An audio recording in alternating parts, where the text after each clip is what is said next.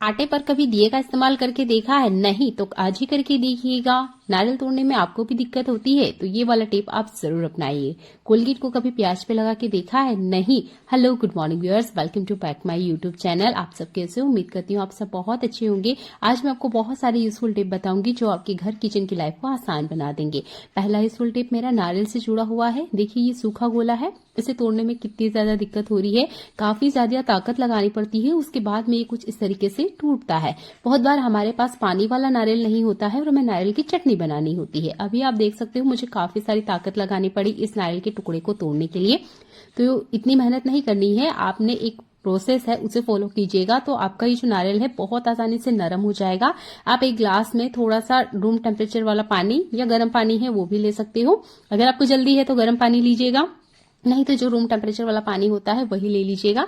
तो गिलास में मैंने पानी लिया है और नारियल इतना ज्यादा कड़क था कि मुझे ना चाकू का हेल्प लेना पड़ा। इससे मैंने इसको कट करके इसके अंदर डाल दिया है। आपके पास टाइम है तो ओवरनाइट के लिए छोड़ दीजिएगा। अगर आपको बहुत जल्दी ही पानी वाला नारियल चाहिए तो गर्म पानी में कम से कम 2 घंटे के लिए छोड़ दीजिएगा। ये इतना ज्यादा सॉफ्ट हो जाता है ना जैसे कि हमारा पानी वाला कच्चा नारियल होता है वैसे। तो सूखे वाले नारियल को भी आप इस तरीके से बना के रेडी कर सकते हो। इसके बाद में आप नारियल की चटनी बनाइए, बहुत आसानी से मिक्सर में पीस जाएगी। सूखा नारियल मत पीसने की कोशिश कीजिएगा, स्वाद भी अलग होता है।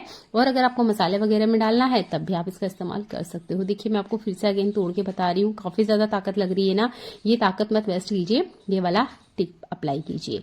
ऐसा ही अगला यूजफुल हैक मेरा प्याज से जुड़ा हुआ है। तो प्याज को जब भी हम काटते हैं तो इसका जो पीछे वाला पार्ट होता है हम इसे कट करते हैं। यहाँ पर आधे इंच इतना ज्यादा मैंने हल्का सा ज्यादा ही काटा है।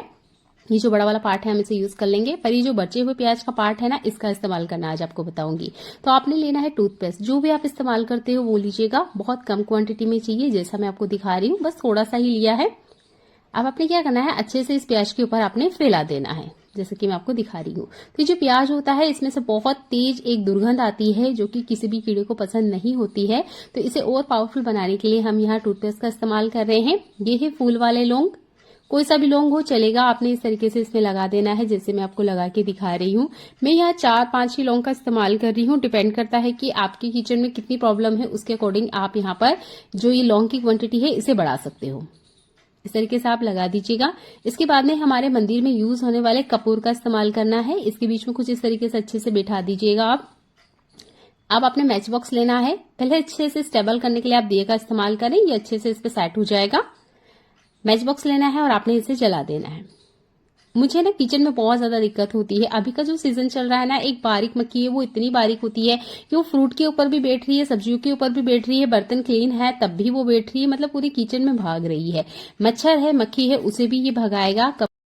इस जलते हुए दिए को लेके आप पूरे घर में घूम जाइएगा, आप देखेंगे जितनी भी आपके घर में मक्खी है, मच्छर है, या जितनी भी नेगेटिविटी है या जितनी भी बैड स्मेल है वो सारी रिमूव हो जाएगी। कोशिश कीजिएगा 2 से 3 दिन के बीच में ये जो टिप मैंने आपको बताई है इसे अप्लाई करते रहें। मंदिर में तो पूजा हम करते ही हैं, पर घर की साफ सफाई के लिए और दुर्गंध हटाने के लिए और छोटे छोटे जो बैक्टीरिया हमारे घर में एक्टिवेट होते हैं उन्हें मिटाने के लिए आप इस दिए का इस्तेमाल कर सकते हो। मुझे तो ये सॉल्यूशन बहुत बेस्ट लगा क्योंकि किचन में ना मेरे एक बहुत बारीक मक्खी है जिसको मैं जितनी भी क्लीनिंग कर लूं वो जाती नहीं है। इसे भगाने के लिए मैंने बहुत छोटा सा आपको सॉल्यूशन बताया है। कोई भी चीज ऐसा नहीं कि आपको बाजार से लानी पड़ेगी, सब चीज आपके घर में आपको मिल जाएगी। दिया भी होगा, प्याज भी होगा, टूथपेस्ट भी, लौंग भी और कपूर भी। बस आपने इस तरीके से इसे तब तक जलाए रखना है जब तक कि जितना लौंग है ना ये अच्छे से जल जाए।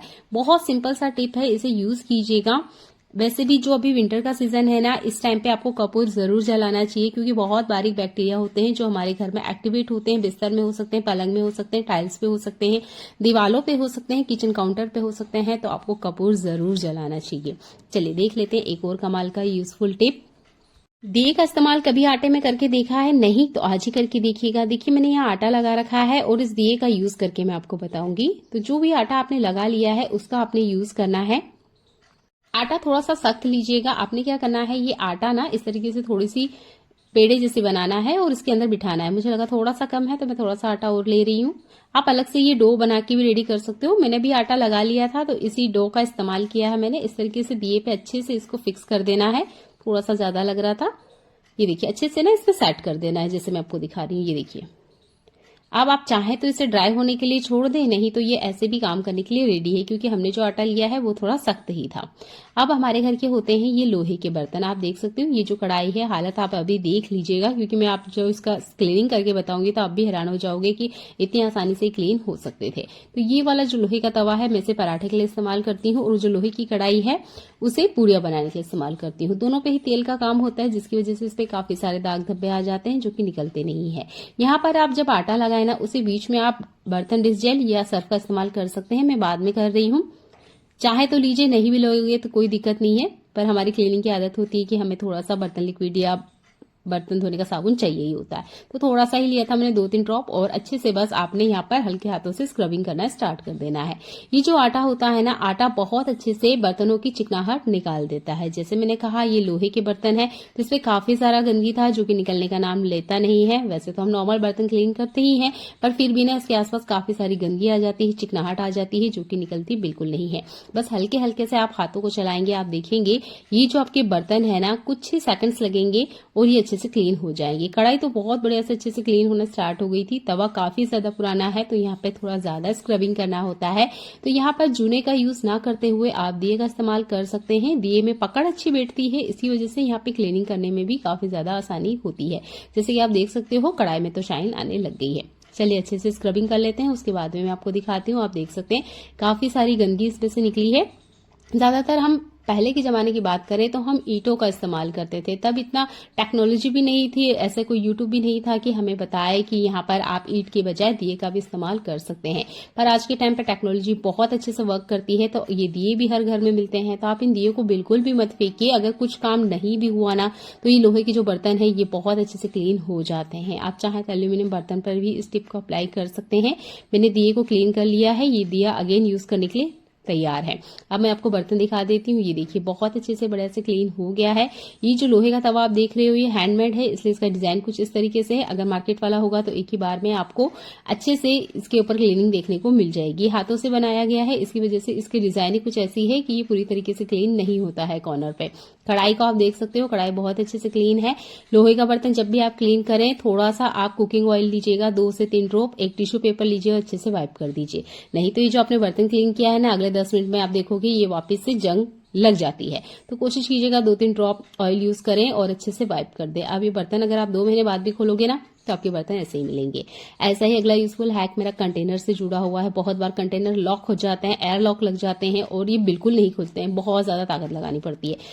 आप कहीं भी क्यों ना हो, आपको ये टिप बहुत ज्यादा पसंद आएगा। अगर आप किचन में काम करते हुए फंस गए हो, तब भी आप इस रबड़ का इस्तेमाल कर सकते हो। अगर आपके पास रबड़ नहीं है या आप एक महिला नहीं है, आप पुरुष है, तो आपके पास इस तरह का धागा डोरी जरूर होगा, इसका भी आप इस्तेमाल कर सकते हो इस ढक्कन को खोलने के लिए। आपने क्या करना है, इस तरीके से यहाँ पर नोट लगाना है, जैसे मैं आपको दिखा रही हूँ। देखिए 2-3 अच्छे से नोट लगा दीजिएगा कड़क हाथों से।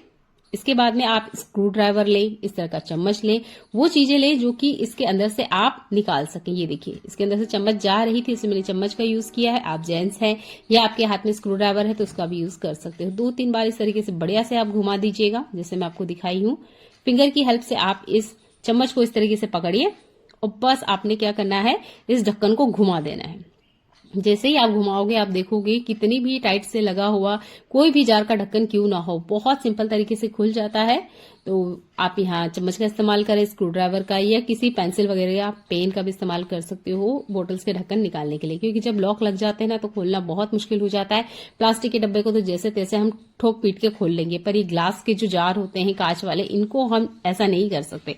आपके पास रबड़ ना भी होना तब भी आप एक डोरी की मदद से बहुत आसानी से इस तरह के कंटेनर के लीड खोल सकते हैं। सिंपल सा है कि इसे भी अपनी लाइफ में अपना के देखिएगा, क्योंकि इस तरह की मुसीबतें या जो प्रॉब्लम है हमारी लाइफ में आती रहती है। एक वायरल टिप अभी चल रही है जिसमें फूल गोभी का ये जो फूल है इसे निकालने का बहुत सिंपल सा तरीका बताया है। ज्यादातर हम चाकू का इस्तेमाल करते हैं, इसका हमें नहीं करना है। आपने वो पॉलिथीन लेना है जिसमें आप इस सब्जी को लेकर आए हो।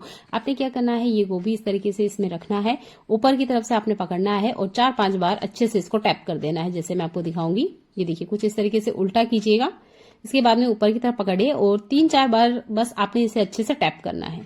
ये देखिए जैसे मैं आपको दिखा रही हूँ, इस तरीके से बस आपने इसे टैप करना है। आप देखोगे जितना भी फूल है ये गोभी से अलग हो जाता है। बहुत सिंपल सा हैक है, अपनी लाइफ में अपना के देखिएगा, आपको बिल्कुल भी मेहनत नहीं जाएगी। इस पॉलिथीन को वैसे भी हम डस्टबिन में फेंकते ही हैं, तो इसका इस तरीके से भी आप इस्तेमाल कर सकते हैं। अभी मैं आपको गोभी खोल के दिखा देती हूँ। ये देखिए, जैसे मैंने गोभी को उठाया, देखिए आधे से ज्यादा फूल जो है वो बिखर चुका था। इस तरफ शायद मैंने थोड़ा सा प्रेशर कम लगाया था, इसलिए ये नहीं टूटी है, पर हाँ जो गोभी का फूल है वो बिल्कुल अलग हो गया है। ये एक वायरल टिप है, ये एक चैनल पे नहीं, आपको बहुत सारे चैनल पे मिलेगी, आप इसे देख सकते हो। और अगर आपने नहीं देखा है तो यहाँ तो आपने देख ही लिया होगा, तो वीडियो को शेयर करना बिल्कुल ना भूलें। ये अभी की बहुत ज्यादा वायरल होने वाली टिप है, जो हर किसी को पता होना चाहिए कि देखिए फूल गोभी को आप बिना चाकू की मदद से भी इस तरीके से तोड़ सकते हैं। सिंपल सा है कि मुझे तो बहुत ज्यादा पसंद आया, क्योंकि हर महिला को ऐसे टिप की जरूरत होती है, कोई एक दो महिला को नहीं, हर महिला को इसकी जरूरत है। चलिए, फ्रिज की जो साइड डोर होती है ना, इसमें काफी बार इतनी जगह होती ही नहीं है कि हम कुछ और सामान रखें। जैसे मेरे पास ये चॉकलेट है, पर अभी फ्रिज में नीचे वाले सेक्शन में आप देख सकते हो जगह नहीं है। बहुत बार होता है कि हमारा फ्रिज पूरा ही फुल होता है और हमें सामान तो रखना ही है, तब आप इस क्लॉथ क्लिप का इस्तेमाल कर सकते हैं। बस इस पैकेट में से सामान मत निकालिएगा, आप यहाँ पर दूसरी चीजों के लिए भी इस्तेमाल कर सकते हैं। जैसे मैंने आपको फोल्ड करके बताया है, बिल्कुल सिमिलर इसी तरीके से आपने ये जो डोर के साइड वाले कैबिनेट है, इस पे कुछ इस तरीके से लगा देना है, जैसे मैं आपको दिखा रही हूँ। और ये क्लॉथ क्लिप आपने लगा दीजिएगा। इसमें ज्यादा वेट नहीं है, इसलिए मैंने एक ही क्लॉथ क्लिप का इस्तेमाल किया है। अगर आपका जो पैकेट है वो थोड़ा हैवी है, तो आप यहाँ 2 क्लॉथ क्लिप का भी इस्तेमाल कर सकते हैं। ये हर घर में बहुत आसानी से अवेलेबल होती है। इमरजेंसी में ये हैक आपको बहुत ज्यादा पसंद आएगा। आपके घर में भी बाफले बाटी बनते होंगे, तो कुछ ना कुछ बच जाते होंगे, जैसे मेरे यहाँ बचे हैं। अब अगर हम बच्चों को दें या बड़ों को दें तो वो बिल्कुल नहीं खाएंगे। मेरे घर में तो बिल्कुल नहीं खाना पसंद किया जाता है बचे हुए बाफले या बाटी को, तो मुझे तो खिलाना है भाई, कोई भी चीज वेस्ट क्यों करना। ये खराब नहीं होते हैं, पूरे 24 घंटे बाद भी ये बिल्कुल वैसे ही फ्रेश रहते हैं, बस ये थोड़े ठंडे हो जाते हैं। तो इसे खिलाने के लिए मैं एक टिप का यूज करती हूँ, आप इसे कर सकते हो। जो भी बाफला बाटी है आपने नाइफ की मदद से इस तरीके से काट देना है, जिससे मैं आपको दिखा रही हूँ। ये देखिए, आप जिस साइज में चाहे उस साइज में कट कर सकते हैं, छोटा बड़ा भी कर सकते हो। मैं तो कुछ इस तरीके से ही आपको रफली थोड़ा बड़ा कट करके दिखा रही हूँ। अब आप कढ़ाई ले लीजिए या कोई पैन ले लीजिए। अभी मैंने रोटी बनाई थी, तो ये जो पैन है अभी गर्म है, तो मैं इसी के ऊपर आपको डाल के दिखा रही हूँ। इस तरीके से अच्छे से बढ़िया से आप इसे फैला दीजिएगा। देसी घी है तो जरूर इस्तेमाल करें, और अच्छे से इसे अलटते पलटते हुए आप इसे पका लीजिएगा। मैं यहाँ कुकिंग ऑयल का इस्तेमाल कर रही हूँ, 1 से 1.5 चम्मच इतना ही कुकिंग ऑयल लगेगा, बहुत ज्यादा नहीं लगेगा। और अच्छे से इसे पका लीजिएगा। मैं चम्मच का यूज नहीं कर रही हूँ, हाथ से कर रही हूँ, मुझे आदत है, आप चम्मच का जरूर इस्तेमाल करें। अच्छे से पलटिए, ये बहुत अच्छे से कुरकुरी हो जाएगी। इसके बाद में अगर आप इसे खाने के लिए दोगे, यकीन मानिए इसे बिस्किट की तरह हर कोई खाना पसंद करेगा, क्योंकि इसका टेस्ट बहुत ज्यादा बढ़ जाता है। और जो नहीं खाते हैं ना बची हुई बाटी या बाफला, वो भी खाएंगे। ये बहुत सिंपल सा हैक है, क्योंकि बहुत बार ना बाटी बाफले बच जाते हैं ज्यादा क्वांटिटी में बनने पर, और फिर ये खाने में बिल्कुल नहीं आते हैं, क्योंकि सख्त हो जाते हैं, कड़क हो जाते हैं, और टेस्ट भी बिल्कुल नहीं रहता है। पर ये वाला टिप आप यूज करोगे ना तो 100% हर कोई खाएगा। देखने के लिए आपको बहुत सारा धन्यवाद।